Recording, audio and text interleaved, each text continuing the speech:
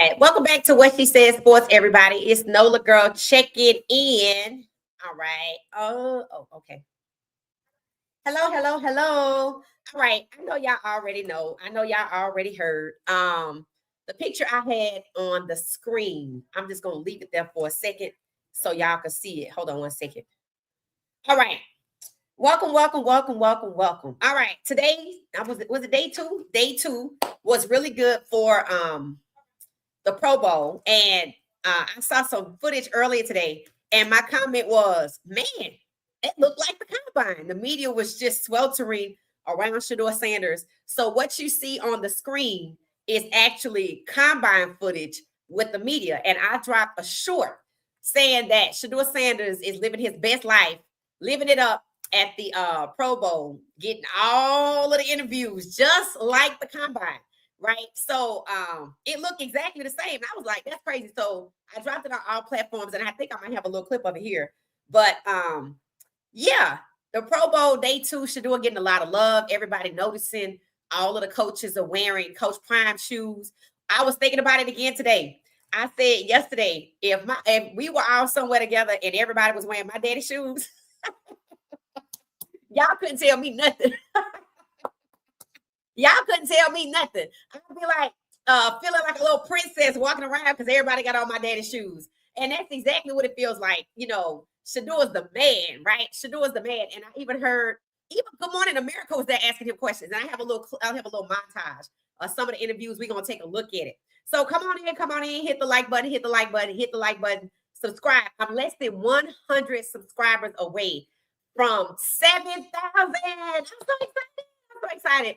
So let's see if we can at least get me to 50 or another 25 or 30. It just depends. So the chat is open to everybody. Come on in, enjoy, but make sure you subscribe.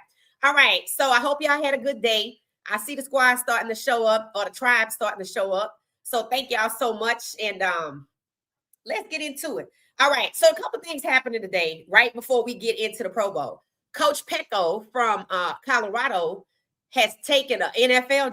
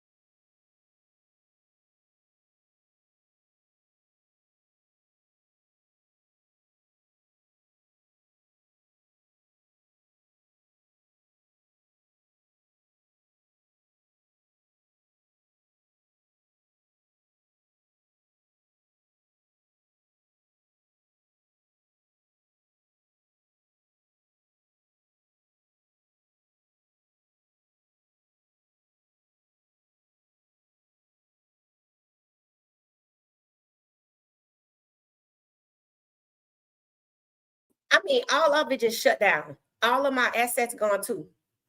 Hey, are y'all still there? Okay. Yeah, everything just disappeared. Well, anyway, I'll just tell you what I was talking about and I'll get some of that back. All right. So, okay, coach, sorry about that, y'all. Some kind of technical difficulty happening, but we look like we're back, but I just lost all of my media. But it's okay. It's all right. So what I was saying before I was rudely interrupted, Coach Pecco, the defensive line coach that came over to Colorado last year with his sons. Coach Pecco was hired away by the NFL, I do believe, to the Pittsburgh Steelers. I think that's what I heard today. So a lot of people are saying that could disrupt Colorado because they're, not too far away from the spring game, and they thought they had all of the coaches locked down. So I don't know. I think that's kind of weird considering we heard that, and he's never been any kind of coach like that unless he was with the Bengals or something. He played for the Bengals, and they actually said his resume is really light. So they're like, why did he get this job? And I said, well, I think it's strange considering Livingston was interviewing with I guess it's the Cowboys, and we thought he was going to be gone, but I haven't heard anything. And all of a sudden, Pecco, whose resume doesn't even suggest that that's his next step, to come from playing for the Bengals, coaching at Colorado, which seemed like his first coaching opportunity on this level, and now he's hired away by the Pittsburgh Steelers. So y'all let me know if y'all heard about it, number one, and two, what y'all think about it. I just think it's a little strange. That Livingston was supposed to be the one that's gone, and Pecco is the one that's gone. So if people saying they feel like it's going to be disruptive. So let me know your thoughts about that. And I know Coach Prime likes to encourage his people to move on. I still think it's kind of weird late in the process when they getting ready for the spring to just have a coach be hired away who doesn't even have a resume for that. So I'm just curious to see what y'all are saying about that. All right, I'm just trying to get my assets back because they disappeared. Hold on one second. Oh, here it is. Okay. And oh, I know what I had too. Steve Young. I was really impressed by Steve Young. I have a post from him sharing from him today. And the second thing I wanted to talk about before we got to the Pro Bowl, did y'all hear about LaShawn McCoy or Shady McCoy? Now, we have had this conversation before. At least I know I have had it multiple times on X. So Shady McCoy said that he doesn't think that Mendoza is a first-round pick. And I said, all facts, because he's a check-down king. And remember, we had this conversation. If check-down kings are the new norm, why didn't Dylan, who was undrafted the year before he was drafted, in the third round, why he didn't get drafted in the first round? If Tyler Shaw is a check-down king, and that's the standard, why you didn't draft him instead of drafting Cam? You didn't want quarterbacks like Shedeur Sanders now, which technically is Cam. So why in the season did you try your little experiment to see if you could prop up enough games for him to win, for it to work? And now you want to make the check down king somebody whose career skill set as quarterback is basic as hell. He might. I have some. This is for whatever reason that they want to. This is a German cookie. How should I say? Hutchinson liked the cookie. I guess you could say rig the playing type, right? They got all these old players. They only doing check downs. But then when it's time to ball out, he has no passing touchdowns in the Natty. He has negative rushing yards. The kid only had 3,500 yards, including the playoffs, including the postseason. The top quarterbacks last year, Cam, Shedeur, Will Howard, and others, cracked 4,000 easy. And Shedeur didn't even go to the playoffs into the Natty. Cam went to the playoffs, but he didn't go to the Natty. I don't know if he went to playoffs. I know he went to a bowl game. Maybe they went to playoffs. But Cam put up over 4,000 yards. Will Howard put up over 4,000 yards. And Shedeur and Cam were the 1 and 2 board because when they came out in the draft, athleticism was still the thing. But now it looks like we want to go with your longest pass in the game is 25 yards and you only have 177 yards. So you want a check down key. You want him to 10-yard it and the wow factor is a 20-yard pass. Really? So we want to take these quarterbacks who have worked their whole lives to be elite and surpass easily 4,000 yards. This entire class is trash. And what I hate is that they're doing the same thing because that's what Oregon's doing, right? Oregon tried to do it to Dylan and try to make that the gold standard against Shedeur. And then Stefanski tried to make Dylan the gold standard against Shedeur, and he was losing, and Stefanski was unfazed. It was like, well, we just going to keep losing then because this is the standard. As if just because this is what we prefer to do, we just going to lose. We'd rather lose than win with athleticism. You don't need athleticism to throw the ball 10 yards. That ain't even high school. That's middle school football. That your parents happy to see you throw a 10-yard pass and your longest pass might be 15 yards. And you're trying to bring that to the pros. No, let me be honest. Let me tell you what you're doing. You're doing exactly what I see the Minnesota Vikings out here doing. You're being racist. And what you're trying to do is find a way to suppress Black quarterbacks who are athletic. You didn't want the athleticism at first, but then when Michael Vick and Donovan McNabb came along, you was like, ooh, I want one. Because I even heard Skip Bayless talk about it. And then everybody wanted a dual threat. Now you don't want a dual threat no more because they're knocking on the door at 17 to 32 with Shedeur at 17. And you try to trash him and say you didn't want him because his skill set is outdated, but you took Flacco. You got Dylan out here throwing 10-yard bombs, but you don't want Shedeur. No, you don't want black quarterbacks. Just like, I don't have a problem calling it out. Everybody being called out right now is black. They over there blaming the GM from the Minnesota Vikings. Do y'all know that man took paternity leave 3 years ago and they talking about that's why they fired him? And you know what people are clapping back and saying? Well, what about Kirk Cousins, who took off every Tuesday and y'all let him do that? So I'm happy to see people are clapping back. I'm happy to see people like Shady McCoy in the NFL who have no problems with saying Mendoza is not a first-round quarterback. Because if you let these little demons get away with what they trying to do, you ain't going to have a job. Because that's the whole goal. I even asked the question, what the hell is the goal around here? If we out here lambasting a man because he took paternity leave and come to find out that was 3 years ago. And we're only firing black GMs. And we didn't hire any black head coaches.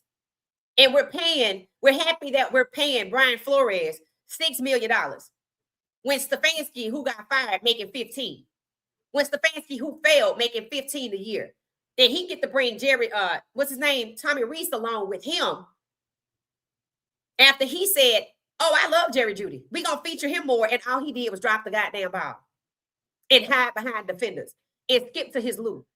And sabotage the quarterback. And harass the quarterback. And embarrass himself and the team. But that's who you like. The guy that's leading the league in dropped passes. So what is the goal here? Like today, they talking about, oh, Russell Wilson in the Epstein file. I said, okay, here we go. I'm hearing about Russell Wilson and I'm hearing about Jay-Z. I have not heard shit about Peyton Manning because he in there. Why you not talking about that? And it was cleared up real quick. Come to find out, somebody was talking about Russell Wilson and that he was looking for a jet and maybe we can sell him our jet. So Russell Wilson ain't in the goddamn Epstein files. Whoever is in there was talking about Russell Wilson was looking for a jet. I wonder if he might be interested in ours. Really? That's what you want to bring to the news, to the people at home? Russell Wilson, you don't want to talk about Peyton Manning. You don't want to talk about the two owners of the Super Bowl teams. Why you don't talk about them? All I'm seeing is black men being thrown under the bus left and right so they can hide their Epstein Island activities, including the former GM in Minnesota. They'd rather talk about him being fired for something that happened 3 years ago, which is bull crap.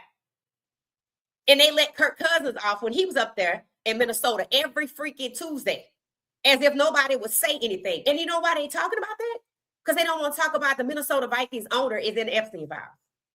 So all black men got to catch hell or get fired or get lied on so they can hide their little Epstein Island activities.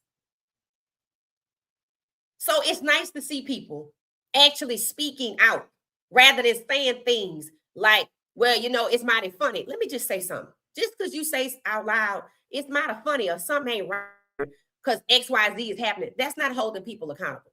And if you're going to be afraid to hold these people accountable, you might as well log the hell off. Because if you just let them do what the hell they want to do, you ain't going to have nobody to talk to. You're going to have to find some courage. And I'm proud of Shady McCoy having courage. I'm proud of people who speaking up for the GM against Minnesota. That was 3 years ago. What's wrong with him taking off? He ain't the only person to take off for paternity leave. And then another coach came out, and a former coach, it said, if you miss your kid's recital to come up here and go to work, I'm going to fire you. See, here's the thing, right? There used to maybe be a time, and maybe for certain people, football had to be your absolute life. And people said, this is football culture. I said, no. This is not football culture because Kirk Cousins got to do it. Kirk Cousins got overpaid $180 million to come to Atlanta. This ain't football culture. This is racism. This is racism because the only reason we're talking about it is because all they have fired is black GMs. And they have hired no black coaches. And too many of them are on that Epstein list. And they don't want to talk about none of it. They don't want to be accountable for the racism. They don't want to be accountable for their little Epstein Island activities. and they want to cover. They want to use Shedeur as a cover. They want to use Coach Prime as a cover. They want to talk about everything but who the hell associated with the NFL is on that Epstein list and what the hell is you doing on there. They want to talk about everything but the fact that the New York Giants players are threatening to hold out because the co-owner is mentioned in the Epstein files 440 times. They want to talk about everything. They want to talk about Mike Tomlin having some love child. Well, what was you in love with on Epstein Island? Talk about that. See, if you're going to throw black men under the bus, I'm going to need you to come on to the front. I'm going to need you to come on to the front because that's crazy. And that's why I was like, why the hell are y'all out here clapping and stomping for Belichick? I don't hear him saying nothing about y'all. If y'all was on that list, he wouldn't say nothing. What you need to be doing is taking advantage of this time to hold these people accountable before you get replaced. Because you're watching it happen to black GMs. You're watching it happen to black coaches. I even heard somebody formerly associated with the NFL say, well, the reason why there's no black head coaches is because, a lot of black head coaches are defensive minded. I'm like, you didn't say that, did you? You didn't say that. And they like to hire offensive coaches. Yeah, so their solution is do not hire any black offensive coordinators and we can't elevate them to head coach.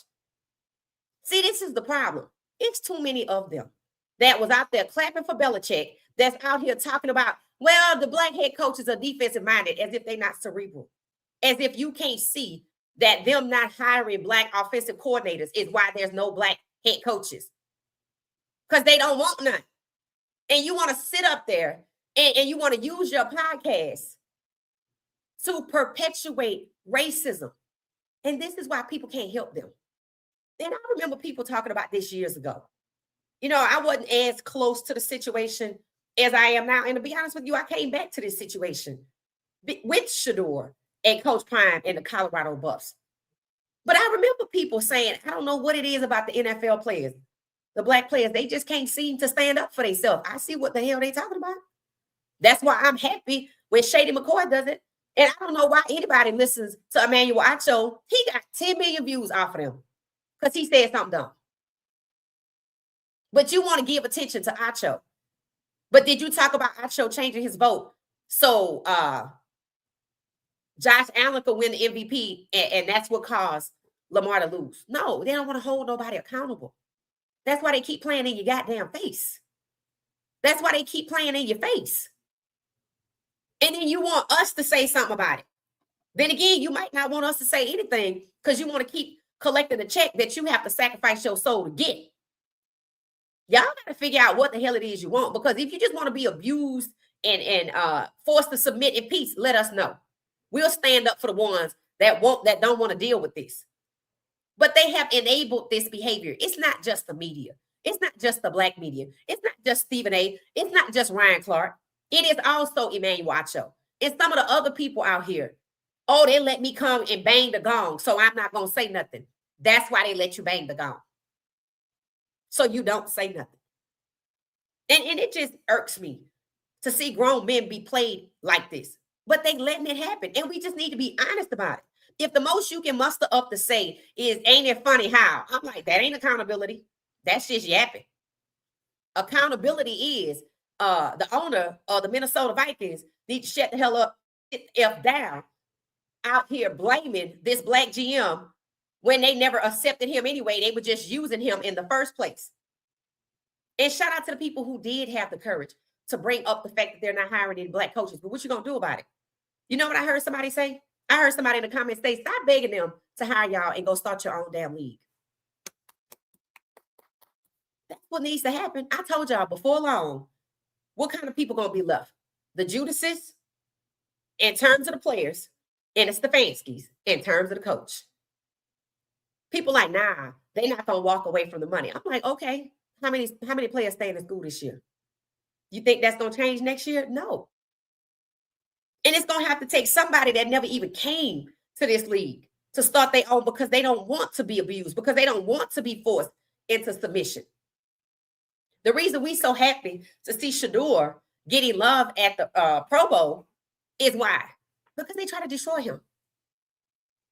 And I know they didn't want to do this, but because them little Epstein files out there and they want to talk about everything, but they want to deflect. And I said it. I don't give a damn if he don't play. I'm like, because the media love him just like they did at the combine. So we right back where we were before. And we already asked the question. Let me see what you're gonna do now. Because they better be and maintain some respect. They already on thin ice. But for the brothers out there, y'all need to muscle up some courage to either start your own league. And every time y'all get ready to start your own league, I notice they come find something for you to do. I ain't gonna call no names. But I was out here watching somebody who was this close to starting their own league, scouting some high school students in conjunction with the people who found something else for them to do. You know, Tina said it. She said they understand the psychology of Black people. And I was like, I'm gonna let you have that. And I was like, they don't know us, but they know how to divide us, and they do. But the problem is, do they really know us? Or they just know how to divide us? And that's all we seeing. With all the 9 owners, Peyton Manning in the damn Epstein files, why am I hearing about Russell Wilson? Because somebody wanted to sell him a jet. Russell Wilson wasn't even in the conversation. Why did we only hear about Jay-Z? Why did the NFL only unfollow Jay-Z? Did they unfollow Peyton Manning? If you can come out and tell me, if it's enough out there that it can be reported, the conversation didn't even involve Russell, who brought it up in the first place? People that are trying to deflect from the 9 owners, including the 2 Super Bowl teams, because that is a marketing disaster. And they don't want it to get out. So we trying to do everything to shield the Super Bowl from being disrupted with Epstein Island activities for the 2 owners. But do they have enough sense to shut the hell up and sit down? In New York, yeah. Because they done tried to apologize. It's too late for that. But the one in Minnesota, it's just going to keep blowing up. Because you ain't learned yet. You wrong. Shut up. You wrong. And you keep throwing this Black man in the fire, thinking people going to hate him, but it's backfiring. All people doing is coming out and saying, well, y'all let Kirk Cousins be off every Tuesday when he was in Minnesota. So what's wrong with this man taking paternity leave? And by the way, that was 3 years ago. So why you bringing it up now? Now you look guilty. Now you look like you're trying to hide something. Now you look like you're trying to justify firing him. Now you look like you're kicking up dust so you can run away. Because you're in the Epstein files. So it's the Black man you picking on. And then it's Black man picking on, standing up for the people that's picking on them. You see the cycle? It's like a dog chasing his tail. Somebody had the audacity to say, because CJ Stroud and Justin Fields didn't want to do the Pro Bowl, they declined. The Pro Bowl is just a disaster. I say the Pro Bowl looked like a lot of fun to me. Because Shedeur's in it, so it's a disaster. Because Shedeur's the face of the Pro Bowl, it's a disaster. But if it was a white quarterback, they wouldn't say that. They wouldn't even told us that CJ Stroud and Justin Fields didn't go. They don't even like CJ Stroud and Justin Fields. So why they even talking about him? Because this is the only thing they have said that wasn't derogatory about CJ Stroud and Justin Fields. Anything to pit these Black quarterbacks against each other. Which is why every time the 2 of them play, they need to bro hug in their goddamn face. So the Pro Bowl looked like a lot of fun to me. And the only people who saying otherwise are trying to use other Black quarterbacks who didn't go, who they can't stand as the litmus test to try to rain on Shedeur's parade. It's funny how on the ground, it's all love. It's all love on the ground. So it tells you that's the media. That ain't nobody but the media. And the media is doing who's bidding. The people Epstein Island list. That's who's bidding they're doing right now. Because they can't stand Justin Fields and CJ Stroud. They don't never have nothing nice to say about them. So it's just shameful. So let's take a look at some of the clips that I have curated. One in particular I like by Steve Young is it was talking about Shedeur. I love how Shedeur was being respected. I love how Shedeur was being respected at the Pro Bowl. I feel like he's in his element. Nobody seemed to be pretentious. They just all seem to be happy to be there. Nobody seemed to be like, oh, I wish I wasn't here. That's not what it was given. It wasn't given that at all. So, it just goes to show you that they really tried to manufacture different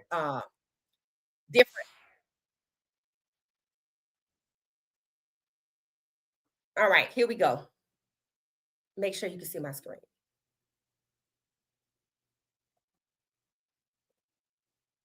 Okay, so y'all can see my screen. I made myself smaller so y'all can see. Okay. It says right here, slinging it with Shedeur. So Steve Young, I think I followed him. It says slinging it with Shedeur at the Pro Bowl game. So he was showing himself wearing his Deons. And we talked about this yesterday. Steve Young and Coach Prime Shedeur Sanders actually won a Super Bowl together. So he just mad respect for Shedeur. And they listed the coaches. I have one of the posts with the coaches that they listed. Again, I have no idea why this is timing out like this, but it just is. Don't even worry about it. So I was impressed by this post today. Why? Because we've seen people be tawdry towards Shedeur. So when I saw somebody that was genuinely happy to be wearing Coach Prime shoes that actually worked with Coach Prime, and Shedeur was a little kid, I would imagine, or maybe he wasn't even born yet. I don't know. But imagine this is your coworker, and you're now in the same workspace coming back, for like a company picnic, and you get to have one of the events with the son who's now famous of the coworker that you played with that you admired. So shout out to Steve Young. I thought it was nice for him to be kind. Let's see if I could get this to come up, because as you can see, it's cycling out. Anyway, we'll keep going. We'll come back. What else I had? Oh, this is what Bronzire Fire said. She said all of this Pro Bowl hatred is not showing on the Pro Bowl field. It said true story. And she's right. She's right, because it should show you that it's manufactured. It's nothing but manufactured. That's why I said they look like they're having fun to me when they said it was a disaster. The Pro Bowl is not a disaster. The Pro Bowl is actually fun. And then it shows, this was another post that somebody had going about Colorado. It was actually Coach Marion and the energy that he brings to Colorado. They said Pat Schumer could never. And to be honest with you, this is the kind of vibe that you need. You need these guys to bond like this. And last year, people talked about it. Those guys at Colorado, they didn't have a bond like that. They didn't even know each other. Like last year, in my opinion, was just a wash. It was just the wrong people, right? And it seems like the people that were wrong for the program were wrong because not their personality was stale. They didn't have the program's best interests at heart. So this is the vibe that's being brought to Colorado this year. Dude got on his shiesty. He got on his shiesty. These are the big guys, right? And if they lose their coach today, they'll get another one. They'll get another one. I know Coach Prime know enough people to get a D-line coach, so I'm not worried about that. But I'm happy to see this. I'm happy to see they bonding like this. I think at one point they couldn't even listen to music in the weight room. So it was all kind of stuff going on last year. So I'm just happy to see this. And that I saved that to talk about that. But yeah, it's just all love at the Pro Bowl. It's not a disaster. People just lying. This is one of the clips. People were talking about this big guy right here. I guess how nice he was. I don't know him. Let me know if y'all know him, Dawkins. I guess he's gonna be the center. Something you may not like. Why? No, you gotta snap it to me under center. Oh, all right. Oh, Let me see what he said. all right. Here, hold on. Try it. So he's not a center, but he's being a center. Right? Who is that, I ain't Dawkins? never snap, bro. Nah, hell nah. So he's not a center. He a left tackle. In this game. Yeah, this shit out for real. 100%. I'm going for MVP. Let me? Yeah. Throwing that shit up like this. DK, that's You him. got to do something you may not like. I want to hear that again. Hold on No, one you gotta second. snap it to me under center. It's that you got to snap it to me under alright. center. Oh, all right. Here, hold on. Try it.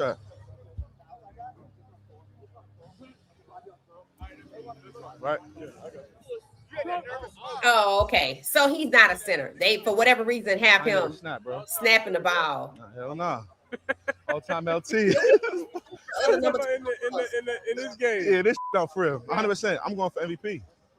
Let me? Okay, so Throwing that was just practice today. I guess they I don't know. I guess they moving people around. Maybe they just moving people around. I'm not sure. It said Dawkins plays with Josh Allen. Okay, is he a left tackle? Oh, he a left tackle. Okay, he said he's a left tackle. Okay, thank you. I see that. So he's a left tackle. Okay. So whatever reason, I guess they gave him instructions to be under center. Maybe they just moving people around. I don't know. I don't know. But let's see. Yeah, I think he said right there, Buffalo Bills Code Dion. So that's him right there. Okay. Well, shout out to him. Okay. Let's see. This clip was Michael Vick. That's right. He one of the coaches. It said, well, Michael Vick is your coach. It's only right that you perfect your scramble for the score. And you know what? I thought I saw a little trick play too. I don't think it's in this clip. Let's see. Is that Michael Vick right there talking to Shedeur? Is that Michael Vick? I thought he was taller than that.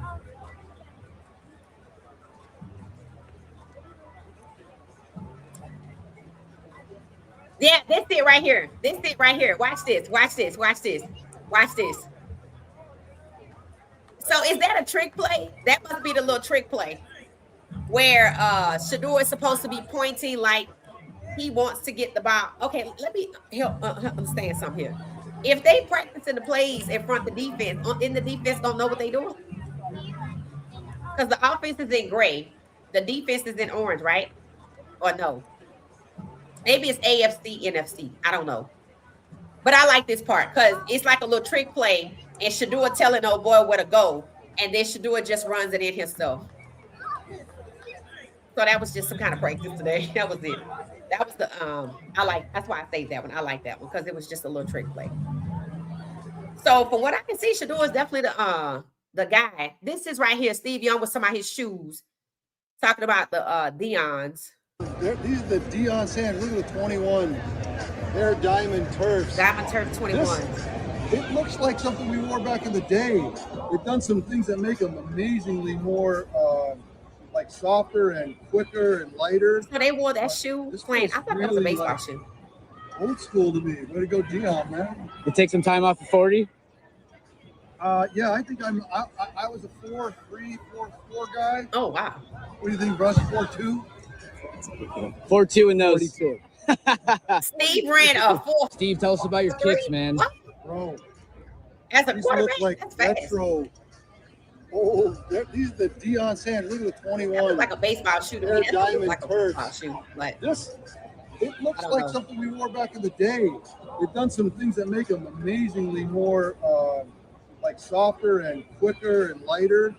But this feels really like old school to me. Way to go, Dion, man. It takes some time. If he played with Coach Prime, they're probably about the same age. Somebody on Coach Prime's show, I Got Time Today, said Coach Prime was 60. He told me, I am not 60. I'm like, what is he, 57 or something like that? He's Shannon somewhere. And Don Lemon, he 59. I had no idea. I'm like, Don Lemon don't look 59 at all. Whatever 59 looks like, it don't look like it used to. Because he does not look 59. And Coach Prime said he's not 60, but somebody thought he was 60. Let's see here. So that was Steve Young. Let's see what else I saved. Let's see what else. I think I saved who the coaches were. Yep, these are the coaches. So we have Michael Vick, Pat Surtain. Who is that? Somebody Smith. Who is that? Torrey Smith. He's the flag advisor. Steve Young is the head coach. Michael Vick is the offensive coordinator, and Pat Surtain is the defensive coordinator. Now, his son, Pat Surtain, this is senior because his son plays for the Broncos, right? I think his son plays for the Broncos. I remember his son, not just because he's good, but remember when Travis Hunter first had his Heisman shirt to come out? Though I have one too. Pat Surtain had it on at practice one day for the Broncos. That was major respect for Travis because he was still at Colorado, and here it is. You have one of the best defenders in the NFL, Pat Surtain, the second, I think is what he calls himself. And he was wearing Travis's Heisman t-shirt. So that was actually pretty cool. And that was at the time people thought Travis was going to go to the Broncos because he said he wanted to stay in Colorado because he liked his neighbors and everything. So this must just be the AFC. Is that just everybody? Pro Bowl coaches? I don't know if this is just AFC or NFC. I don't really know. Because isn't Jerry Rice a coach on one of the teams too? So I don't know. I never see the other people. I always see the people with Shedeur. I never see the people with Jerry Rice. But I could have missed it today. Not saying it didn't happen, I'm just saying I could have missed it today. And then I also have some video from there today. Let's see. Now, I didn't see this one. Let me see this one. This is Shedeur. I don't know who this is. Shedeur and somebody. Let me take a look at this one. Let me see. Yeah, I'm gonna definitely be in there. Yeah, because were you surprised when you got the call being a Pro Bowl? Yes. I was surprised. Yeah. It wasn't like I was just sitting there expecting it. Like, Yeah. yeah, I'm gonna definitely be in there. Yeah, because you were like half the season, right? You didn't. Well, I just didn't have too much thought in it. I see. What's the like Joe being here? You mentioned he's wearing the same sweatpants. So y'all, they were asking him, was he surprised when he got the call for the Pro Bowl? That's the context. His first Pro Bowl after 18 years. I mean, did you ever think that could have been a thing that was a possibility? You guys are teammates and now you're first-time Pro Bowlers. I'm not gonna lie, I didn't. A lot of time, like I'm taking day by day. You know, I'm taking day by day, just having that message. Then whatever comes out of that, it comes out of that. But if you would tell me, one second, I got you. If you would tell me that this was gonna happen at the beginning of the year, I couldn't say that would have happened. Were you surprised when you got the call? Because remember when he said, remember when Shedeur said, I think it was midway through the season, I think maybe his second game. What was that, the Vegas Raiders? Maybe that when they won. They asked him something, and at the podium he said, 5 or 6 months ago, I could have told you I'd be standing here or something like that. Or earlier, and he said, there's no way I thought I would even still be here. So of course he was hella surprised when he got the call for the Pro Bowl. And he was with Shiloh when he got the call, I think he said. And the first person he called apparently was Bucky. But I thought I heard Bucky say, did Coach Prime already know? So I don't know. Maybe he knew because Coach Prime was working on the celebrity game. So and I still don't know. I didn't hear much about that. I think because it's next week, toward the end of the week. So shout out to Shedeur. I have a clip right here. Let me go into the media that I have of him. And we'll check that out. Let's see. Thank y'all for hanging out with us. There are 197 of us. Hit the like button, please. Hit the like button. I definitely gotta have one now. Let's go.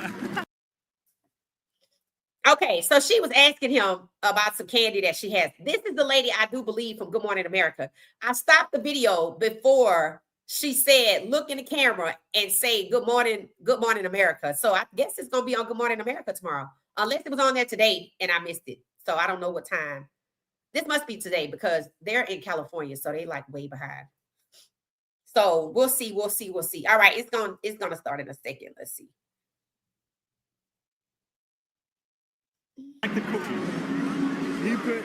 Yeah. He tried this one. Yeah, he tried the cookie. That's a man. I thought that was one. I thought that was a I woman. definitely gotta have one now. Let's go. Nah, Let's go. no. You know, Shedeur is picky. I think you should. Yeah, y'all know Shedeur picky. We already learned he is some kind of germaphobe, so he don't want to eat whatever it is. But I have my hands full. Oh, I got you. Oh, God. Okay, what should I taste? The cookie with the chocolate. Yeah. I break the cookie. Hey, honestly, I've never seen somebody ever taste something and be like, oh, bad. So how do I know your real reaction? Have you ever seen somebody say, oh, this is horrible? Yeah, I had some sweets from Micah Parsons, and he bit in it, and he didn't even finish it. He said, I don't like that. Well, he gonna be him. Yeah, that's right. But then, Shedeur tomorrow, he gonna be him. he just had brighter ideas, and he got there quicker than us anyway. So, but it wasn't meant for me to get on the plane with him. Because if I wasn't there at that time, I wouldn't have got that call. What was your reaction to getting that call? This lit. I was like so excited. What has this season been like for you? To just kind of a roller coaster and then Yeah. the last games and now I'm like, dang, this is real life right now. Like, it's crazy. That's really like all I did. Because like, I don't know, like in a lot of moments in your life, like, you know, it's only you. You know, so you with yourself all the time, you know you feel up, you know you feel down. So it's like, I studied feelings. I studied all that stuff. So whenever you get the call, you sit in the moment and you be like, dang, like it's crazy. What do you hope you gain in this experience? What do I have to gain? Yeah, what do you hope you gain? Oh, well, I already gained it. Talking to a lot of great players. She and Joe Flacco again. Yeah. Same sweatpants, so he won practice. Okay, did y'all hear what he's saying? For those, I don't know, some people are audio. Shedeur is being interviewed by one reporter with 1, 2, 3, 4, at least 4 camera people that I could see standing around him. They're asking him what did he gain from the experience, or what does he think he's going to gain from the experience, and that's what they're talking about now. He already said seeing Joe Flacco again, talking to some great people. He talked about how elite the players are that are there. So I totally agree with that. And I did see Flacco somewhere. I think I saw him on the field. I think I did. What do I have to gain? Yeah, we're both games. Oh, well, I already gained it. Talking to a lot of great players. She and Joe Flacco again. Yeah. Same sweatpants, so he won practice. Everything, like just meeting people, I don't know, it's a great environment. I'm excited to be here. Shedeur, were you surprised when you got the call? Being a hobo? Yeah. I was surprised. Yeah. It wasn't like I was sitting there expecting it, like, Yeah. I'm gonna definitely see that. Sweatpants. It's his first Pro Bowl after 18 years. I mean, did you ever think that could have been a thing as a possibility? You guys are teammates now. You're both first-time Pro Bowlers. I'm not gonna lie, a lot of time, like, I'm taking day by day. You know, I'm taking day by day, just having that message. Then whatever comes out of that, it comes out of that. But if you would tell me, listen, I got you. If you would tell me that this is gonna happen at the beginning of the year, I couldn't say that would happen. What does it mean to you to be a Pro Bowler? It's amazing. I'm truly thankful for it. Like, I just come here and I'm like, dang, I really get to be around all these great guys and these great coaches and everything. So it's like, it's surreal. Who are you most excited to play with here? All of them. I just told all of them, I'm like, oh, you in that slot? Oh, you outside? You ain't running back? You snapping the ball? I said that to all of them, so I'm like, dang, that is true. This is real. They out there on my team. Conversations. Now, I got a post from somebody. We gonna read. Like, they were asking Shedeur about who's excited to play with. He said all of them. And he was like, really talking about the receivers. You in the slot, you on the inside, you at the post. He's like, man, they really on my team. Somebody made a good post about that. I'm gonna talk about that after this. And I kind of alluded to it yesterday when I said, I don't know if I told y'all this, but I posted somewhere. I'm so excited to see Jamar Chase, T. Higgins, Shedeur throwing to them or something like that. So that's what people are asking him about. The fact that he's playing on a team with such elite veterans, you know, especially the receivers, right? I'm assuming Justin Jefferson is on the other team because I didn't see him. I only saw him once. What will be different about your process? You feel like this year, knowing that you are going to be working with, first of all, hello. How you doing? That you're going to be working with the head coach who told you he had an affinity for you in their draft process, wanted to actually bring you to Baltimore. How do you think that will affect your mentality, your psyche, and just even your preparation process going into this year? I think you go in the situation the same way mentally. I don't think nothing dictated how I work and how I do. I mean, I'm ready for whatever is coming to me. Like, I don't think it's too much that could phase me at this point. Like, Did your dad give you any advice?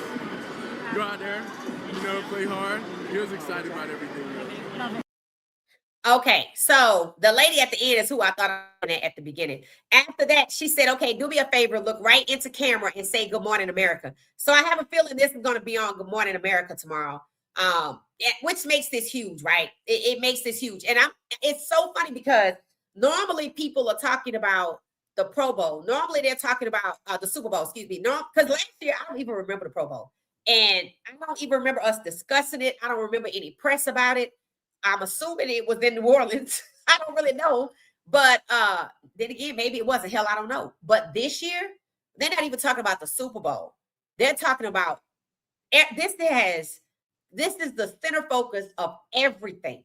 The Pro Bowl right now is where they want all the eyes, right? They want all the eyes. And Shedeur is where all of the eyes, all of the media, you know, and I think it's a lot of people that are there that knew what he'd been through and that are actually happy for him, right? That are happy for him that they get to see that hill. It probably gives them hope that things gonna be okay one day. Because they probably been through some things similar. We just might not know. But after this, she said, look straight in the camera and say Good Morning America. So Shedeur did really well. Let me know how you thought he did. really well. I thought the best question was, what do you hope to gain from this? And before this lady went, it was Josina Anderson. That's who was asking him about Munkin. She was like asking him about Munkin because Munkin said he had an affinity for him. I didn't hear that, but that's what she was saying. But I thought the best question was, what do you hope to gain from this? And he said, well, I kind of already gained it, just kind of playing with the best people. So let me know what you thought the best question was, or, the best conversation from the interviewers that we just presented. So I'm headed over to the comments to see what y'all are saying, because I know y'all have thoughts about day 2. Take a moment and subscribe. We're less than 100 away from 7,000. Y'all know that's a major part, 3/4 of the 10,000 that I need. 3/4 of the 10,000 that to get to the 10,000. So take a moment and subscribe. Less than 100 away. Let's see if I can get there before I get back from vacation. All right. So I'm going to the comments to see what y'all are saying. I want to see more of Jerry Rice and that team too, because I think I just missed it. So y'all let me know if y'all saw it. And is Michael Vick on? Yeah, Michael Vick is coaching on Steve Young's team. Okay. Well, it's all eyes on Shedeur for sure. And I'm not mad at that. Hey, how you doing? Who is that? Portia? Welcome. Thank you. It said, do you like Michael Jackson? It said, did we love Nola Girl? Huh? It said the flying show on the planet. What she says, Portia heard. Thank you. Like, hype, and subscribe. Yes, please. Thank you. And I see y'all hyping me up out there. Thank y'all for hyping me up out there. It said, grand evening. What she said in chat, family. We are here for Shedeur W12. Keep enjoying yourself, Key. Yes, Shedeur is having the time of his life. Let's see if I put that in there. Let's see. Yep, here it is right here. So I made this earlier. I think people liked it. It's seeming like so far it's well received. Because when I was just checking in, I was at the nail salon. So when I was just checking in, I was like, and I know the dude was like, is she gonna let me work with both her hands? I made this in the nail salon. I made this in the nail salon. This is it right here. So yep. I had to get it in there. I'm very proud of Shedeur, genuinely proud of Shedeur. Shedeur Sanders is having the time of his life at the Pro Bowl, and it's so deserved. Did y'all hear the nail file in the Shedeur Sanders is having the time of his life at the Pro Bowl, and it's so deserved. You know that electric nail file? That's exactly what I put you hear in the background. That's so funny. But I'm in there whispering, and I had to get it out because I saw the footage of the reporters around him, right? And I said, man, this is just like the combine. Like, this is crazy, right? So it's like he's back at square one, right? It's the whole year gone by. He back at another Super Bowl event, but instead of being a celebrity game, he's at the Pro Bowl. And Coach Prime said, my son did something I didn't. And I posted a photo of Coach Prime and Shedeur, and I think I posted in the community and said, it's giving when Simba, remember in the Lion King, when Simba was presented to the world as the heir to the throne, that's what it's giving. When Coach Prime said that, it's given that it's my son's turn now, right? Because he's doing something that I never did. He has arrived, and I'm proud of Coach Prime too, because he kind of is turning over the throne. I mean, they both gonna be in it, but Shedeur is obviously, the heir apparent. And I haven't seen Shiloh, but I'm hoping to see him there. I'm hoping to see him pop up at the event. Let me see. I'm looking to see if I still had that photo to share with y'all, just in case some of y'all didn't see it in. It is it right here. This is the photo right here. I said it's giving Simba and the Lion King as heir apparent. This is it right here. So that was Coach Prime. And Coach Prime went to 9 Pro Bowls. He missed. It's like he dominated in the 90s. And the only time he wasn't there in 95, I was wondering if he was injured or something like that. So heir apparent, Shedeur Sanders. So that's everybody's talking about Shedeur. Everybody talking about the Pro Bowl. So I'm just happy. Let me see what else y'all saying. It says, good evening. Hey, Miss D, welcome back. It said, the bigger the headache, the bigger the pill. Facts. That's facts. That's facts. Like what they say, heavy is the head that wears the crown. Yup. Hey, Nisa girl, how you doing? How you doing? Thank you, Crowley. Thank you so much. Hey, Miss Pamela, welcome back. It said, okay, let's do this tomorrow, Shedeur, from the world. Yes, the world will be watching. And nobody better get out there and act like they can't catch. That's all I gotta say. Don't be tripping. Don't be standing there acting like everything cool, but suddenly you let the ball slide behind down your chest. So now this is like an all-star game. So these guys, you think they want to get it done right, right? It's not a big, hot, heavy game, but the point is, if you catch in practice, you can catch in the game. And I'm interested to see how it's going to go because it's 7-on-7. So I started practice, but that's a little different. So we want to see. Hey sis, how you doing? Perfect timing. That's it. That's it. Hey Nola girl in the chat, how you doing? How you doing? How you doing? Welcome back, Priscilla. Nice to have you. Hey Esty, welcome back, Esty. Hey Peter, welcome. Good evening. Good evening, TK. Welcome, welcome, welcome. Sharon, welcome back, fam. All good. Oh, y'all read each other in the chat. I absolutely love that. I absolutely love that. Thank you so much. It's that evening, everyone. Mr. 144 out there cutting up, showing out networking and marketing. Yes, they can't stop. Well, God, that's facts, bro. They can't stop it, bro. They can't stop it. They can't stop it. Technical difficulty. She will be right back fast. I'm sitting here going, did my stream go? I mean, it went all the way down. That's just crazy. But thank y'all so much for knowing the drill. I appreciate it. And thank y'all for informing the chat too. It said, I love how God is blessing Shedeur before his haters, right? It said all they can do is punch air. Bruh, some of them so sick. Some of them so sick. I'm like, this just sad. Like, y'all just miserable, right? To say that the Pro Bowl is a disaster. So, because 2 quarterbacks they don't even like didn't go. Get out of here. Like, no, it looked like fun to me. Loving it, but they miserable. They need to be quiet. It's some old documents I heard gonna drop, so they need to be quiet. I guess they thought dropping $3 million at one time would be too much, but CBS said, I got it. Come on, I got a team of y'all. Come on over here and read these documents. They put a team together. Y'all better go watch CBS and see what they got going on with these Epstein files, because they put a team, dedicated team, to tell you and not do the analysis, tell you what it says. They not telling you what they think. They telling you what it says. So I'm really happy about that. And y'all don't forget I said CBS Sports was Shedeur Sanders friendly. Remember how we pointed that out? How certain networks just had an attitude when they were calling the games, and we noticed how friendly CBS was. And here we go. Here we go. We here. Hey, Kane, welcome back. Welcome back. Welcome back. It said, thanks, Isaiah. I thought my phone was tripping. Now, every now and then it happens. It said, love seeing Shedeur. He is back to being him. Yep. Shining bright. He is such a light. Right. So, okay. One of the takeaways from the interview, they asked him twice, was he surprised? And so it shows you that when he went to Paris and he was over there, he was just over there, to go do their thing, with the whole, fashion, and he got the call, right? So that's what it was. People been talking about that New Orleans Browns game. People been talking about that. They see, that game was supposed to be next year.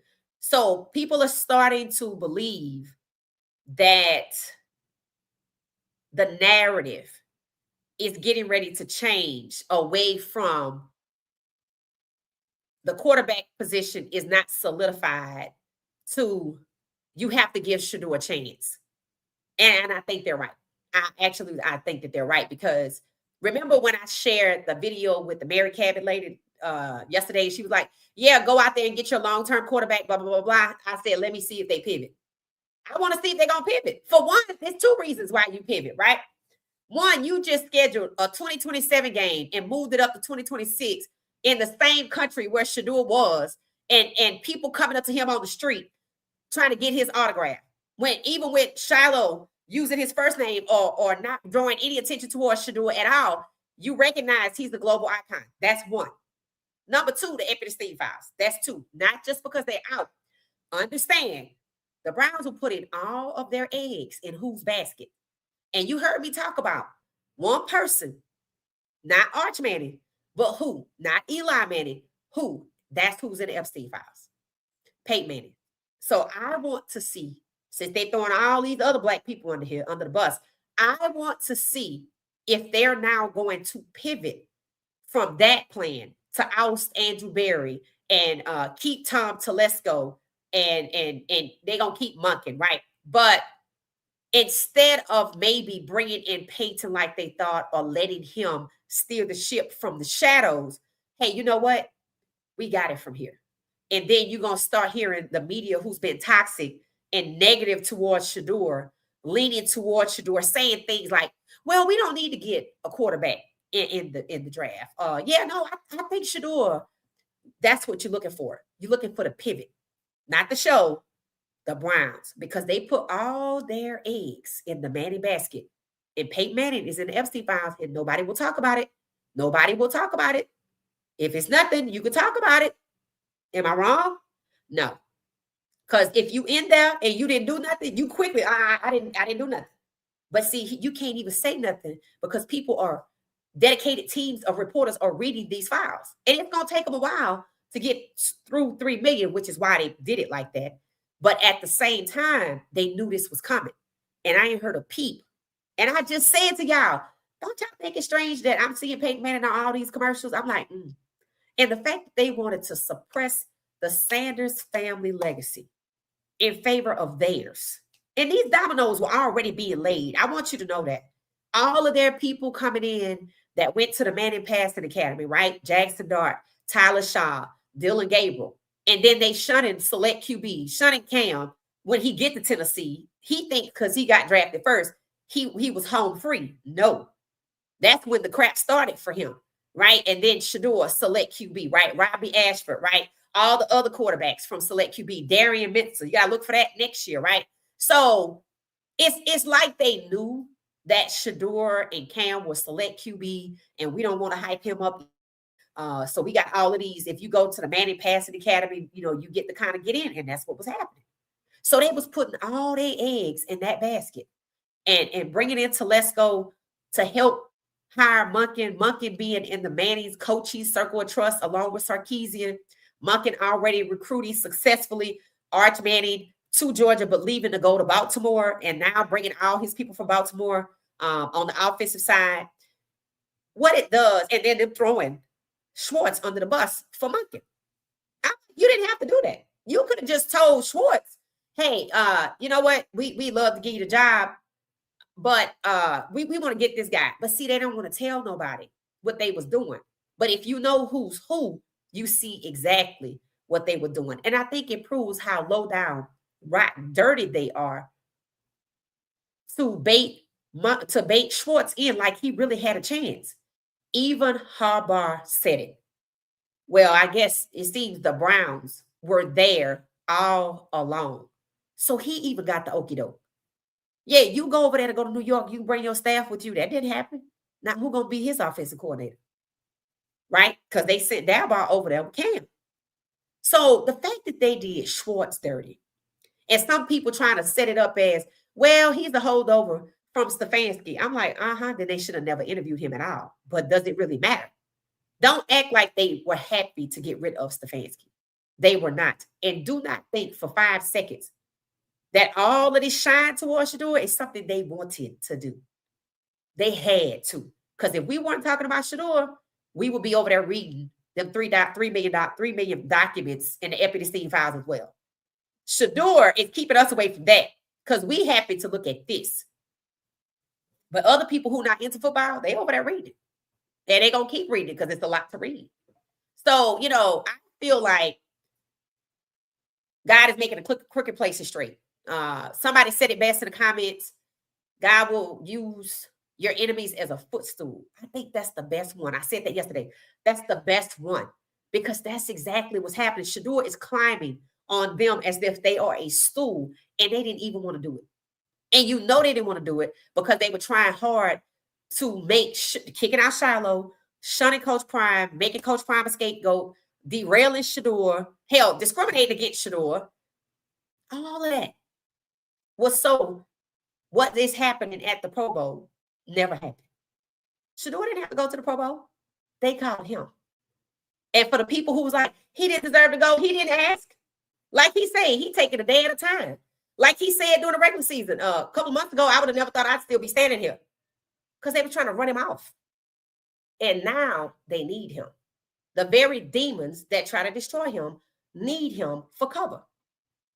That's exactly what it is. Good evening, good evening, good evening. Thank you, thank you, thank you. It said congratulations. Thank you, thank you. It said we here, we here, we here. It said Pecco used to coach the Cowboys. Oh, so he was already in the NFL. Okay, all right, okay. Thank you for that. So he going back to the NFL. This time he's going to Pittsburgh, I think. We were talking about his resume, and I didn't see that on there. So that's fine. That's fine. Thank y'all for the clarification. So he was NFL coach, and for whatever reason, he going back to the NFL right now. So I don't know. So maybe Livingston stays. Okay. Maybe Livingston stays. I thought Livingston was leaving. Right. He interviewed with the Cowboys where they saying Pecco used to work. It is a little strange. Yeah. So I don't know. It said Pecco was the assistant D-line coach for the Cowboys before coming to CU. Okay. And now he's, I guess, the official D-line coach. So he got a promotion. So I don't know. So maybe Pecco goes and Livingston stays. And I don't think that was the plan, but we'll see. Congratulations. We know Coach Prime ain't gonna stop nobody from leaving. But the timing, they get ready for the spring, and I guess, it's just the timing. But maybe, I don't know. I don't know.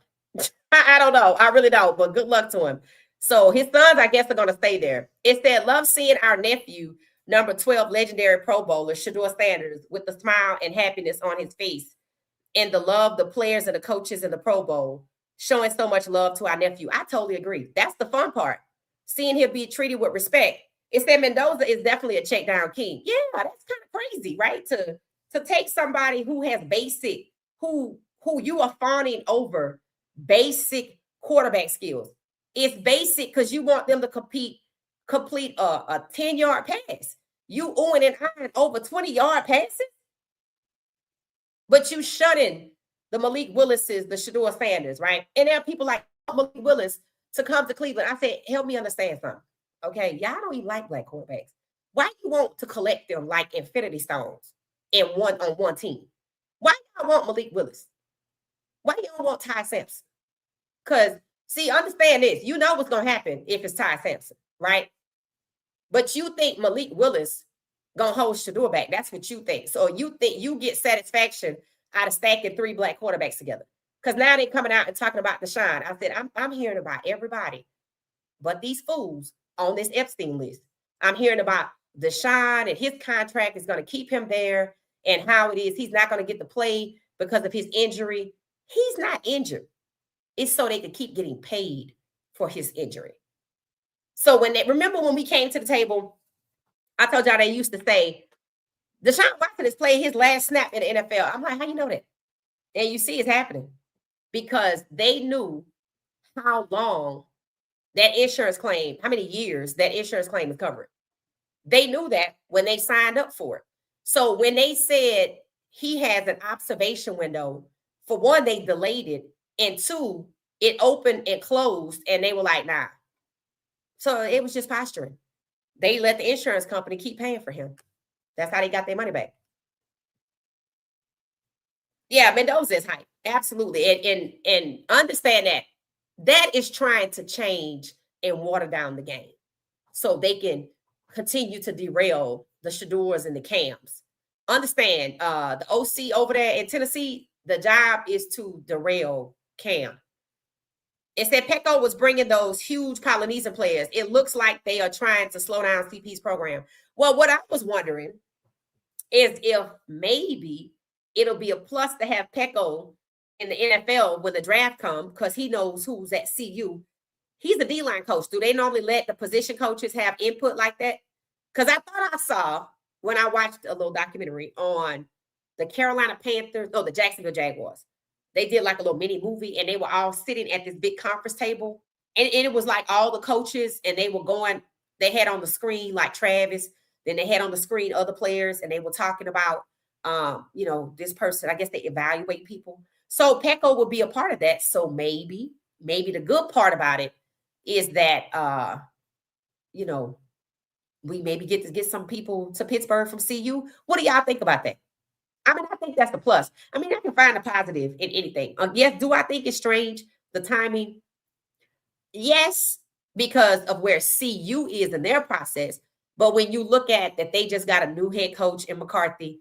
McCarthy was in Dallas. Y'all said Pecco was in Dallas, and the timing is conducive to the NFL. So, yes and no. Yes and no. It's strange for CU, but not for the NFL. And since y'all have clarified that Pecco worked for Dallas and McCarthy, didn't he come from Dallas? Then that makes sense. Maybe he liked him. And that's fine. But I wish he would take Livingston. I wish he would have took Livingston. So shout out to Pecco, and maybe we can get in some CU people. That's my thinking. That's looking for the good in that situation. So I kind of get it. It said Russell cleared them quick. Show did. I'm like, are y'all serious right now? I'm like, am I the only person out here talking about these 9 folks? Because y'all tripping, bro. I'm like, y'all blaming the G. Everybody that's being talked about.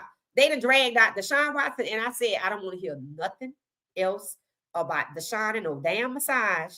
Because this right here, I said the Epstein files and the greater than a massage. I don't want to hear nothing about that. And remember, we talked about Deshaun, and I was like, he had to have something on the situation. And I said, when he asked for a trade, and they were like, we can use this. And they sprung it on him. And he was like, remember this? I was talking about other people on the Texans were involved with that situation. But it is highly possible, considering how much money he got to ride the pine, that he knew about the Epstein situation. He could have. There's only 2 NFL players on it. The rest were coaches and executives and agents. Peyton Manning is one. And people started talking about Peyton Manning in some situation at Tennessee. Somebody was like, yeah, he been wilding since Tennessee. So I don't know about his situation at Tennessee, but crickets. Y'all want to talk about Russell Wilson? Y'all want to unfollow Jay-Z? What they say, sweep around your own backyard before you start coming for other people. Yeah, they protected them folks. That's what's happening. They're throwing the black people under the bus and throwing them up like distractions so you don't see who's on the list that they don't want you to know and talk about. That's crazy. Yeah, that got cleared real fast. And that's why I was like, they must have had something on Jay-Z, because he could have got cleared fast too, but I didn't hear nothing. So I just hit a fallout. So it must be something there. And I'm not saying they shouldn't be talking about him. I'm saying, just like Deshaun, don't act like you didn't have nothing to do with it too. That's what they seem to be skilled at doing, talking about Deshaun, but protecting the other people. That's crazy. That's just crazy. It's that they're trying to replicate the old Bill Walsh West Coast offensive with the deep dunk. Jerry Rice is not running on the field. Joe Montana is not running on the field. Yeah, that's true. It's that Jerry Jeudy is going to get his karma, and Kevin and Reese going to leave him high and dry, and that's what he get. I thought I saw a video, Tamika. I thought it was AI because I didn't watch it. Because I felt like it was AI. It was talking about Jerry Jeudy is clearing up the falsehoods about Shedeur Sanders in the locker room. Like, trying to backtrack. I'm like, that's probably not true. I mean, honestly, I don't even know if they could move him. I don't know if they can move him. But the first thing to figure out, since they were putting all their eggs in Peyton Manning basket and he on the Epstein list, or they get ready to pivot away from that. But then again, knowing the owner, he a special kind of fool. He the kind of person, hell, his name might be on there, and he just not using his government name. Because I think you crazy for using your government name in that situation. Like, you mean to tell me you out here wilding like this using under your own name? Come on now.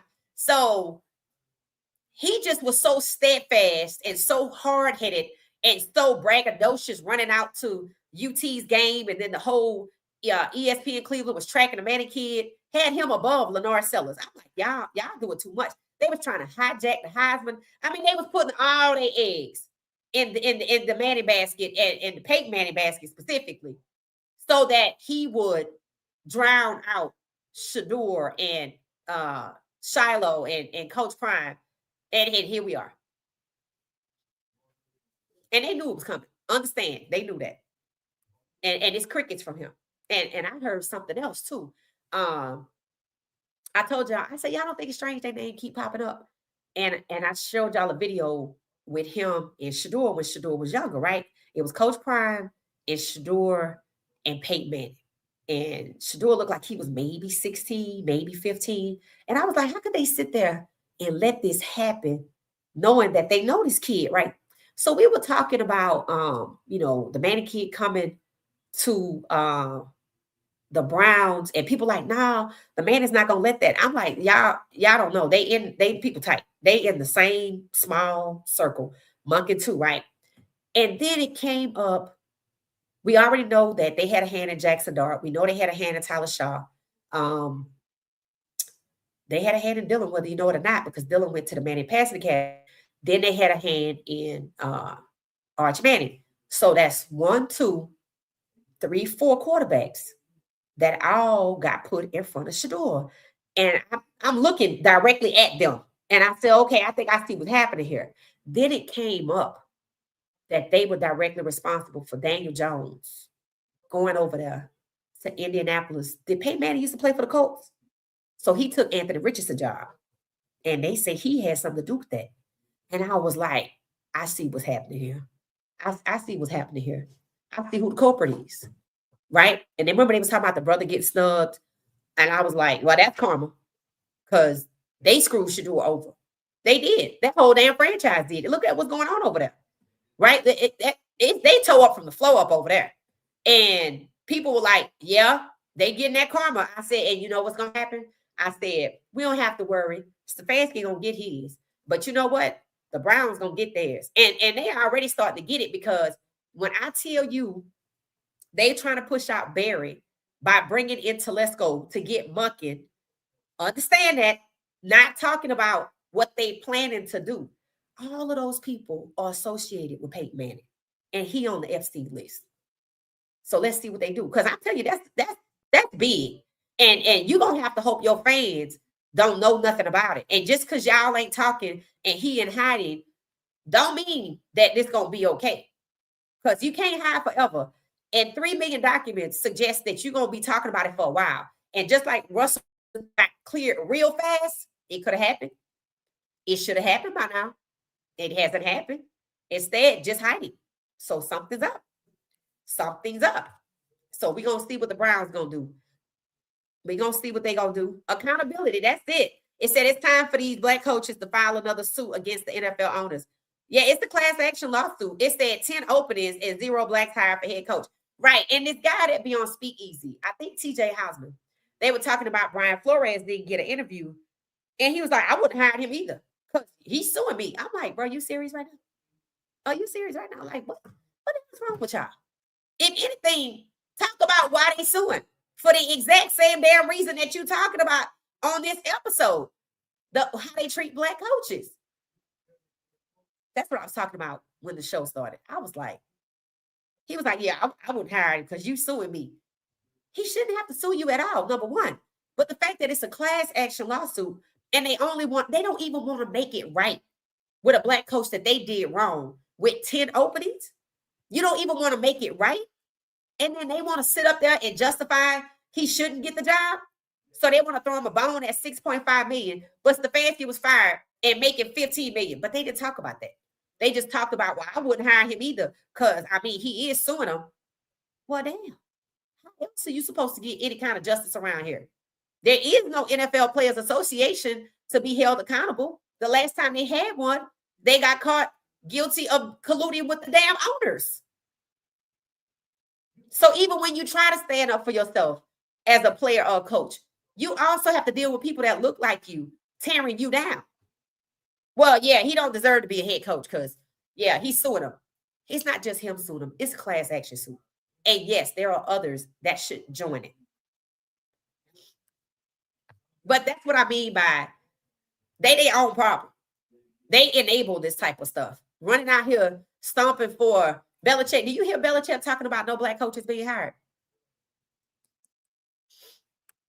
And they were talking about, well, yeah, it gives the impression that we're good enough to play, but not good enough, to be elevated. I'm like, that ain't the impression. That's the damn message. You can keep tiptoeing around this crap if you want to. Money don't make you blind. I'm like, it don't make you blind. It don't dull your senses. I mean, you could just lie to yourself if you want to. But at the same time, you sitting up talking about it and you saying he don't deserve to be elevated because he's suing him. Why is he suing him? Because he said the NFL is rife with racism. 0 black coaches hired out of 10. And they say the only minority that was hired was the head coach in Tennessee, Shule or something like that, Robert Shule. That's probably why McDaniel took his name out the hat. He like, this too much. This too much. It said the National Freemasonry League, protected by House of the Nefarious. What? So you saying they Freemasons? Is that what you're saying? The Epsteiners have opened the door. Yes, they have. Yes, they have. Enough with the pot calling the kettle black already by Belichick, right? By Acho. It said when T.O. should have went first round in Hall of Fame. None of those idiots were sounding huge noise for T.O. Right. That's what I was like. Do y'all know how bad this looks? That's what I mean by this is happening because they think they like it. They think they like it. It's only the fans that's bringing the accountability. And a few people like Shady and maybe some other people, but overwhelmingly, they sit in their cars proving that it's urgent that I press record and be like, and you know, Bill Belichick deserved to go. You know he cheated, right? You know you stopping for a person that cheated. Do you teach your kids it's okay to cheat? Are they stopping for you? No. It's almost like maybe they embarrassed that it's a lawsuit, a class action lawsuit for discrimination. And it covers the quarterbacks too. I'm like, this crazy. Crazy. I'm like, I just shake my head. I'm like, when Shedeur gone, I'm gone because y'all like this. I'm like, y'all like being abused because it's crazy. I'm like, this is nuts. Oh yeah, he shouldn't be no head coach because he's suing him. I wouldn't hire him either. I'm like, wow, that's the kind of okay. All right, well, damn. It said I knew one day Robert Kraft will get in trouble again from when he was one Super Bowl, three every Super Bowl he won. He was caught in happy places, raids. Yeah, remember we were talking about the other day? I said, wasn't he involved in this big time RAID down in Florida? Remember, it was a happy place in Florida, and it was judges and all kind of stuff. His name was on there, and nothing happened. It came and went, and here we are again. Yep, again. They want us to be subservient. That's it. Hey, gang, I'm late. That's okay, Tina. Welcome. We happy to have you. It said, bye, Ziggy. It said, Lady T is in the house. It said, as a sidebar, Bilal singing with D'Angelo tribute at the Grammys. Oh, okay. Bilal, the R&B singer. I ain't gonna tell you I thought he was deceased, but okay. Maybe we talk about two different people. It said Acho was a horrible football player. He speaks negatively.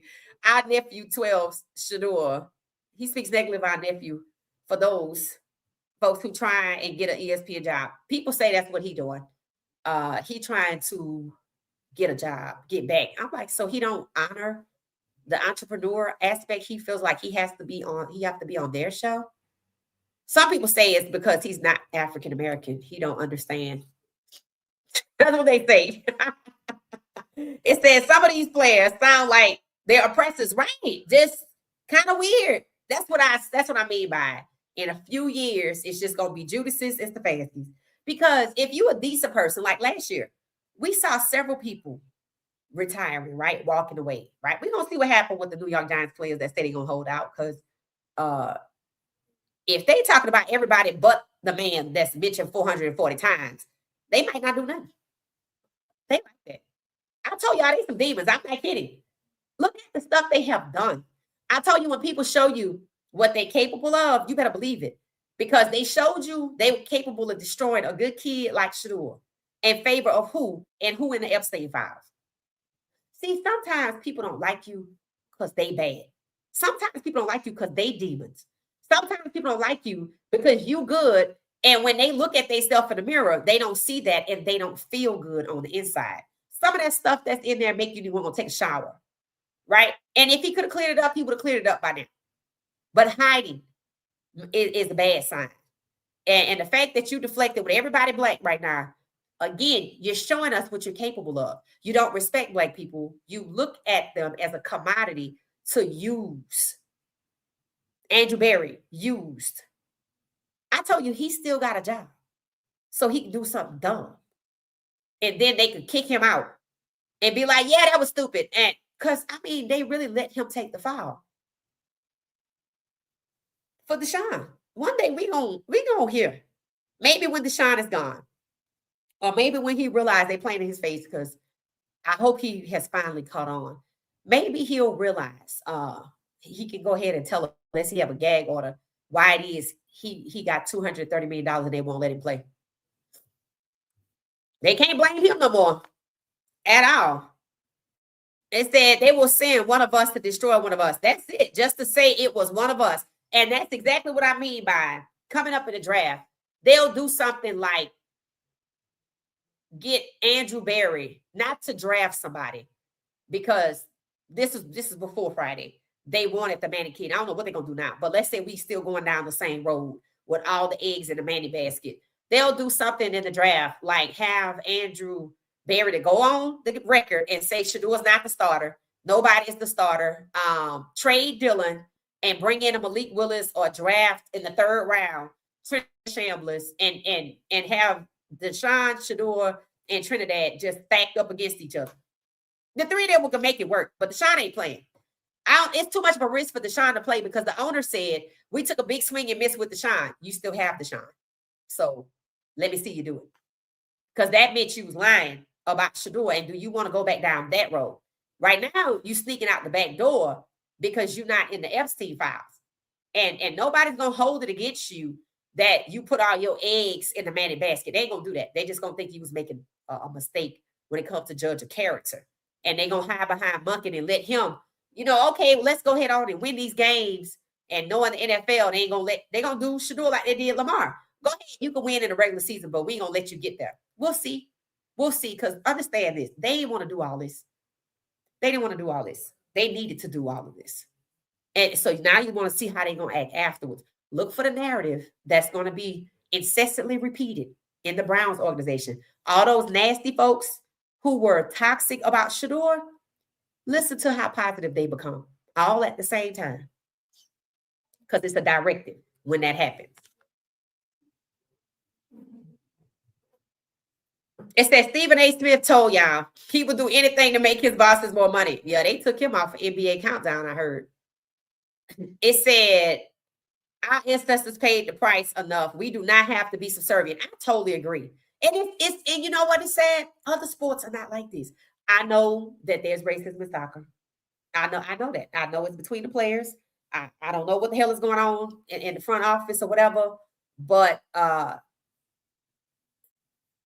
the point is, over here, volleyball probably got its problems, but I don't see it on the field. I see them just all out there trying to win together. I don't see one trying to set up the other ones. It's just kind of, it's a bad vibe, right? And then now you throw in the Epstein files and you throw in the racism and you see how they throwing black people into the fire, only firing black GMs, no black coaches this cycle, and using black people to hide behind the Epstein activities. It just shows you, and I feel like God trying to show these people, I don't know how many more times you want me to show you, these people don't like y'all. These people don't like y'all like that. And when you see an opportunity for accountability in mass and you don't take it, you just use it to bash Brian Flores and say, well, I wouldn't hire him either because he's suing me, rather than talk about why the hell it is he's suing in the first place. I mean, that was an end. Well, yeah, Brian Flores started that lawsuit in 2023. Did they talk about race norming? I mean, between the race norming and not hiring black coaches and throwing the black dude under the bus, how many of them said, in addition to no black coaches, only black GMs have been fired? Do they not know? If I know, they know. They have had ample opportunity to hold these people accountable. But they choose not to. So guess what? When you do not want to make the sacrifice, you will become the sacrifice. And that's what they don't understand.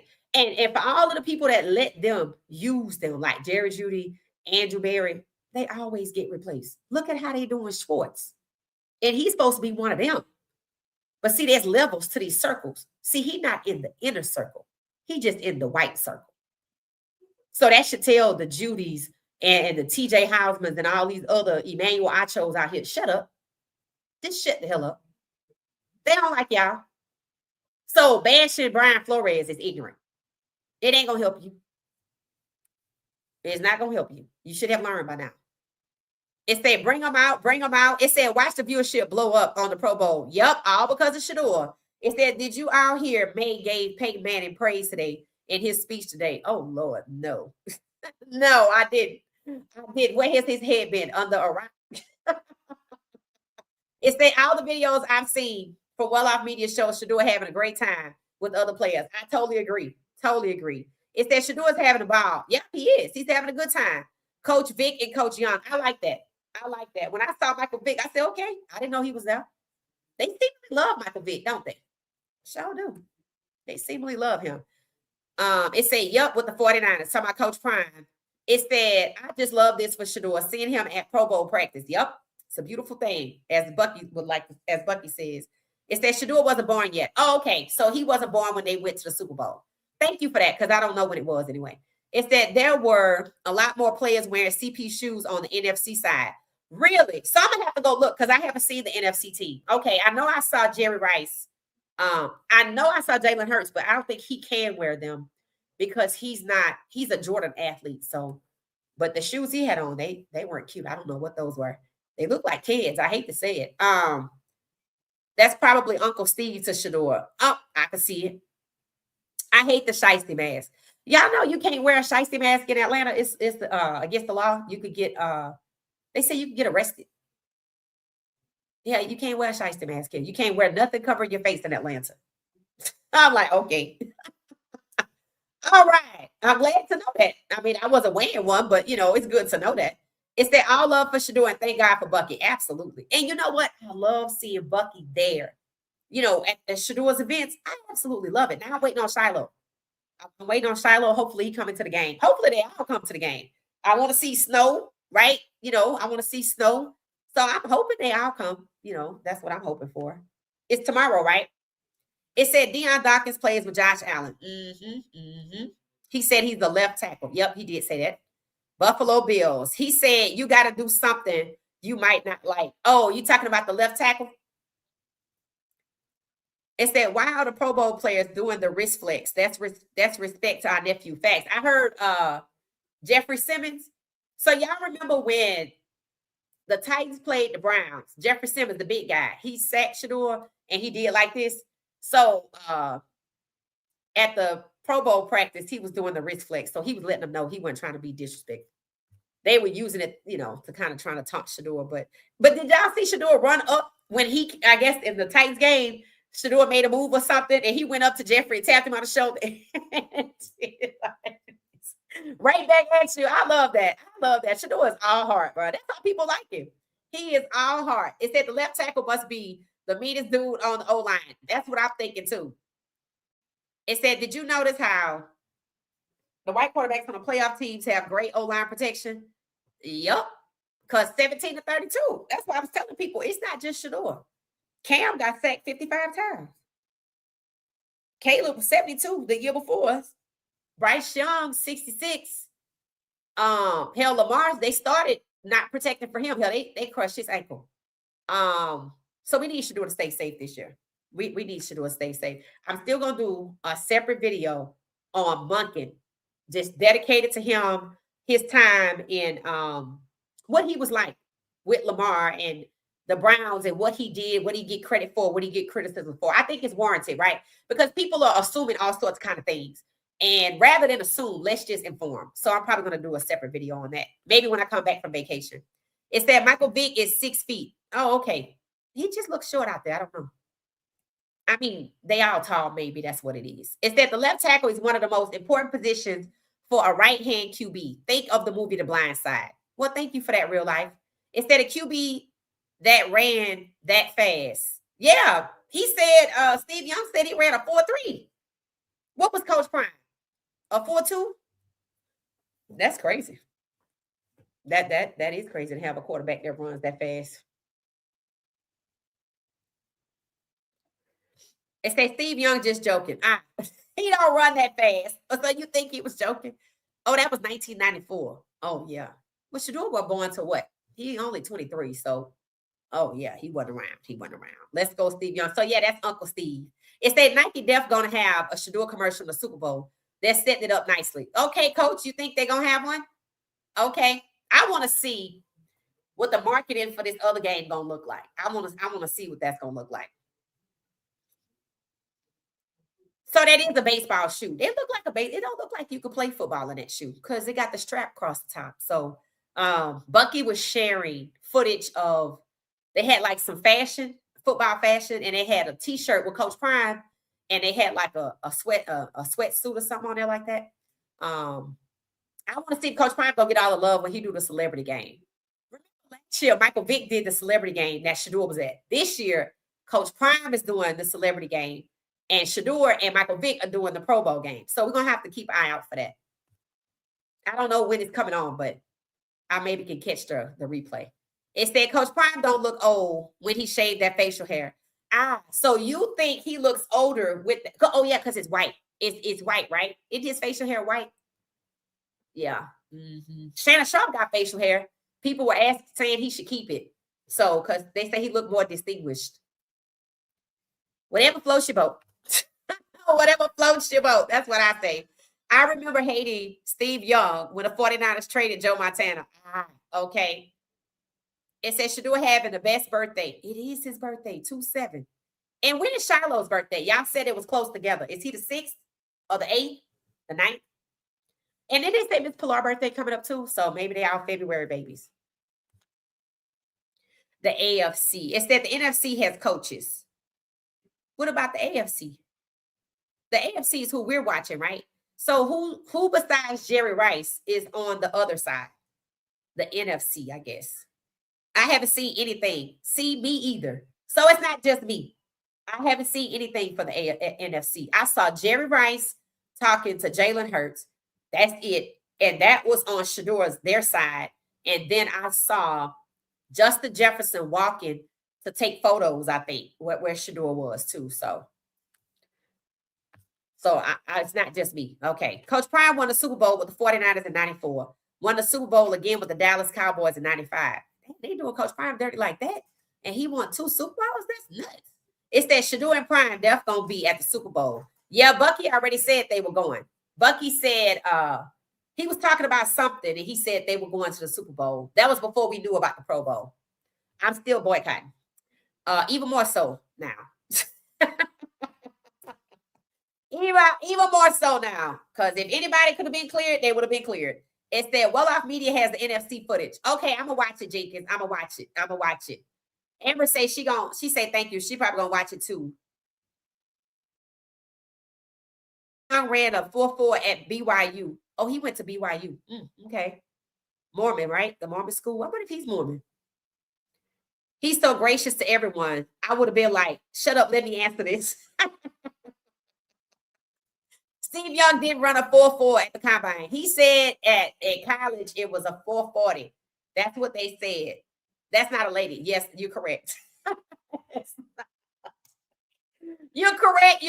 It was the blonde hair that was confusing me. Because when I got to the end of the video, I said, oh, this is the lady. That was not a lady. And I thought it was a lady. But I got it mixed up. But I mean, in my defense, he had some long hair. Like, you don't never see men with hair that long. That was just like really long. And he let it all flow. I wonder if he used a blow dryer. Or a flat iron, and what kind of shampoo he using, because that's a lot of hair for a man. Not saying he can't have it. Not saying that you can have whatever you want to have. Yes, it's a man. Yes, it's a man. Yes, it's a man. Yes, it's a man. Yes, it's a man. I get it now. It says Shedeur is a foodie too. Yes, he is. He is. Yes, he is. That is not a lady. It is a man. I get it, damn it. I got it now. But in my defense, damn it, in my defense. See, I know I'm just kidding. It said how they all hate him. but want to be around him at the same time. Yeah, that's called jealousy. That's called jealousy. I can't stand to like you.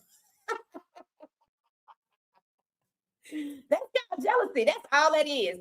He gonna get all of the attention. We don't want to go. Wait a minute. Shedeur gonna be there tomorrow at 3. Let's make sure we get there early so nobody sees us. That's jealousy. That's just all it is. He's from Paris. Oh, so another Parisian, huh? Another reference to Paris, huh? Lady T told me she wouldn't eat it either. What exactly was it? I wouldn't eat that cookie either. What was it? What was it? I don't blame Shedeur at all. Sounds like a setup. What y'all mean is the setup? Shedeur just is the germaphobe. That we got that from when Bucky came to town and they went to breakfast. I think that was a Miami game. They went to breakfast and he don't like to touch the stuff and he just seemed like a germaphobe. But when his mama was fixing his plate, the look on Shedeur's face is hilarious. He's looking like this. I'm like, you know, you can fix your plate, but she fixing it. I'm like, they spoil, bro. They spoil. He's just standing there looking intently. I said they are some mama's boys. That's what that is. They love their mama, but I ain't mad. I ain't mad at all. I am not mad. He's giving werewolf vibes. I thought it was lady. I just apologize. I hope Shedeur prayed over that snack. Oh, Lord. He loved him some Flacco. Me too. I was on the video with Flacco. Flacco. You see Flacco. I have no idea. I must think somewhere in the recesses of my mind that Flacco's a cool dude, or he just maybe likes Shedeur, and maybe that's all I need. I don't know. But I was under his page, my Flacco. He was being interviewed or something, so he over there.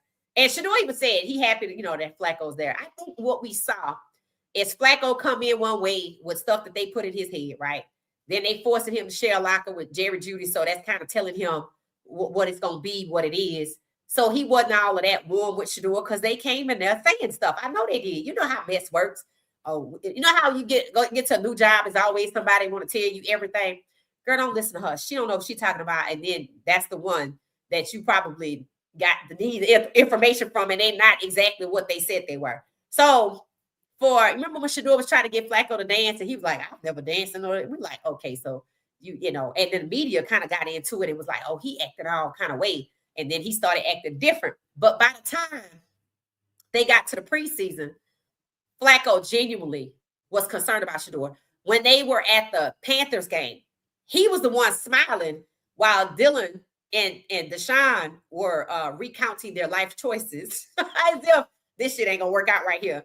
And Flacco was smiling from ear to ear, like he was a proud, like he walked up to the park and his nephew was over there balling out and he was proud.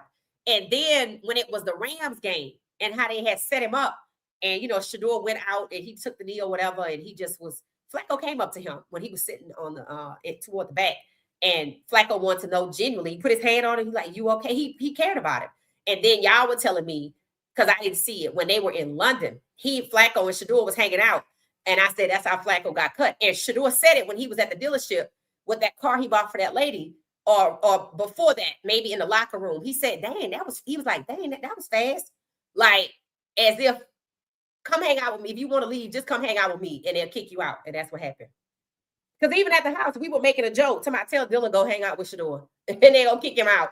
And it was just a joke. But it seems like it appears that that's what happened. But it looks a little too premeditated to me because they got back their 2 fifth-round picks for 2 veterans that were not long-term solutions. So it's just a little too neatly packaged to me.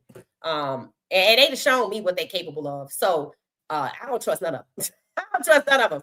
So I want Shedeur to be careful this year, because that's why I want to do the video on Monkey, so people can know that, yes, Lamar won the MVP. Yes, they won some games, but like a switch in the postseason, because the agenda for Lamar was to not let him get to the Super Bowl.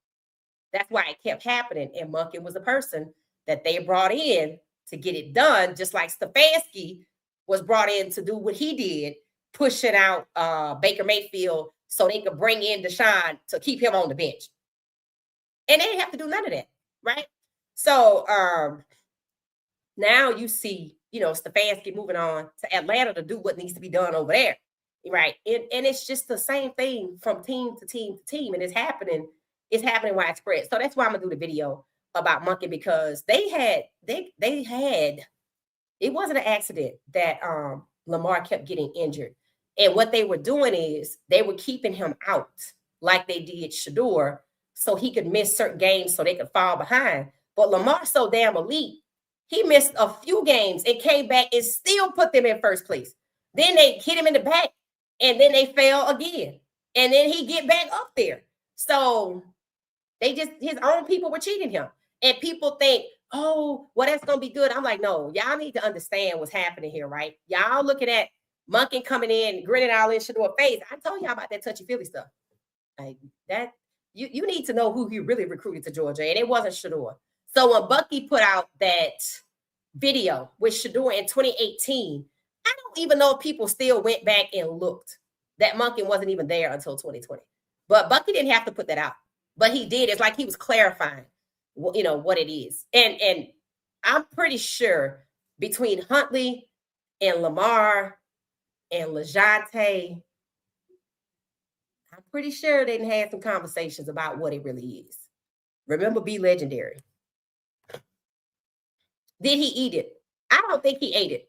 I don't think he ate it. Amber said he didn't. He said he did not. Flacco is there. Yes, I did see him. It said him, Flacco, and the coaches took a picture. It's on Miss Pilar page. Oh, okay, thank you, Amber. I'm going to have to get that later. Okay. It said having fun because they are actually good players. Thank you. And nobody's trying to set him up to fail. Said Bucky has a video out with Flacco in it. I believe it's the one that starts out with the NFC practice. Okay, I'll look for that. Steve Young ran a 4.55. That's about right for a quarterback. I ain't never heard of no Pro Bowl. I'm brand new to football. Thanks to Coach Prime and them. Welcome. We will keep you informed and get you up to speed. Keep hanging out with us. Coach Prime was just smiling on FaceTime today while Bucky was watching Shedeur. Oh. So Coach Prime that's the weekend, right? So I guess after they finish their practice. They don't practice on the weekend in Colorado, do they? I'm not sure. I haven't been watching. Ain't nobody stuck the Super Bowl. I write the other bowl. Facts. He was great. Shedeur's media savvy. Yeah, I think he is too. Y'all still talking about Steve Young running a 4.4 or 4.55? All right, I'm gonna let y'all have it. I'm gonna let y'all have that. It says Shedeur has a fresh cut too. Yeah, I saw a video where Shedeur was getting his hair done. I sure did. And I was like, oh, he must have found a barber up there. That's what I said. He was sitting in somebody's chair and they were doing his hair. So yeah. Okay, this is the video, the post that I was telling y'all about. So let me share this with y'all. Somebody used a meme to it, but I want y'all to see what they were talking about because I totally agree. And then I got to get out of here because I leave in the morning and I still got to braid my hair. People say I'm not going to do it. I'm like, I don't know, because I got to leave like at 5:30, dark 30 for real. So I got to be up at 4 something. Hell, it's 12:30 and I only need 3 hours to braid my hair. So, yep, I'm gonna do it. I'm gonna do it. So next time y'all see me, I'm gonna have braids. I'm only following the Pro Bowl event because of our nephew. Yes, same thing. Because I don't remember anything about the Pro Bowl last year. I don't remember anything. This is the post I was telling y'all about. Then I need to get myself out of here. Okay, this is it right here. This is a meme where somebody's sitting back in a chair and he sits up and points. But what the guy said was, watching Shedeur at practice with Chase, Higgins, Collins, Sutton, Kane, Warren, and Kincaid really drives home the lack of talented receiving threats that Cleveland has. In other words, seeing Shedeur with these really good people and he's good, it proves, that they don't have no wide receivers in Cleveland. Excuse me, folks. I need to see why Gino is trending. Let me see something right fast. Hold on 1 minute. They talking about because I'm like, Raiders taking Kent from us. Oh, okay. So understand, I was waiting to see if they were going to talk about Geno Smith. That's the guy that's supposed to be replaced by Mendoza in Vegas. I just wanted to see if they were talking about him, because Mendoza's supposed to go take his job.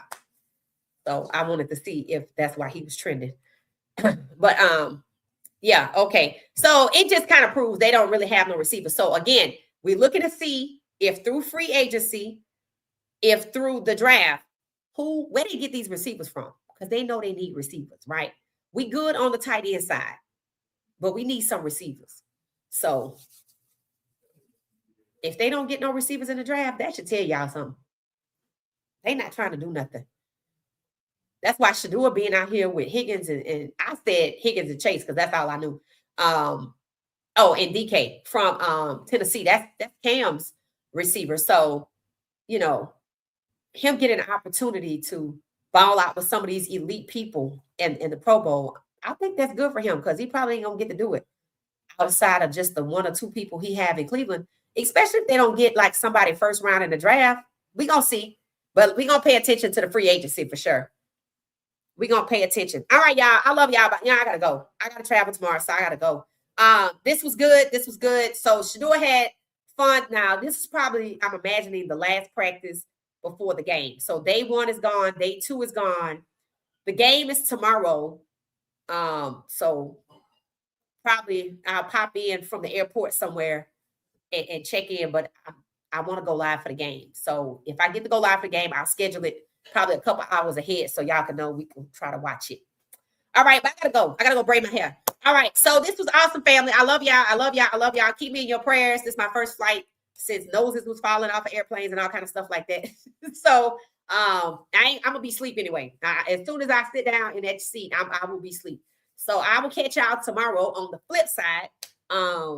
Before we go live, like I said, I'm probably gonna pop in from the airport though, and I'll catch y'all later. Wish me well. I'll see y'all tomorrow. Thanks for watching What She Said Sports. Have a good night, everybody. I appreciate y'all. I'll see y'all tomorrow. Michael Vick said the winners get paid $93,000. Oh, they get money for that? Oh, okay. We can look into that tomorrow. Okay, we can talk about that tomorrow. I'm gonna save it. That's interesting. The winners get $93,000. I had no idea there was a prize. I did hear somebody say they wanted the MVP. I think it was the Dawkins guy, number 73, maybe. Okay, I screenshot your comment. Who was that? Who said that? I screenshot your comment. Samaya. Okay, so we'll talk about that tomorrow. We'll see what the purse looks like. Okay, y'all have a good night. Have a good night. Thank you.